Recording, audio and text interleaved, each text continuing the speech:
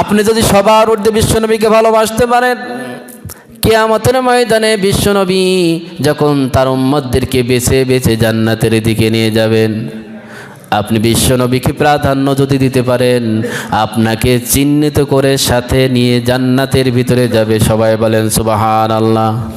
বিশ্বনবী জনাবে মুহাম্মদ সাল্লাল্লাহু আলাইহি সাল্লাম তার চাচা আবু তালিবকে বললেন, ও আমার চাচা, আপনি একবার বলেন কুল লা ইলাহা ইল্লাল্লাহ।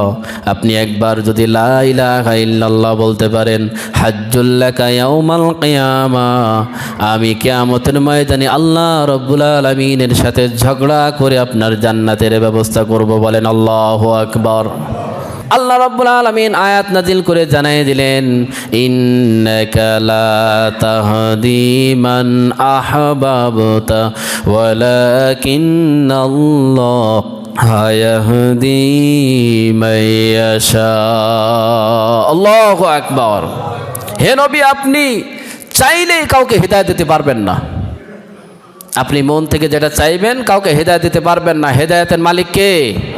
আরো জোরে বলেন কে? ওয়ালাকিন্নাল্লাহা ইয়াহদি মান ইয়াশা।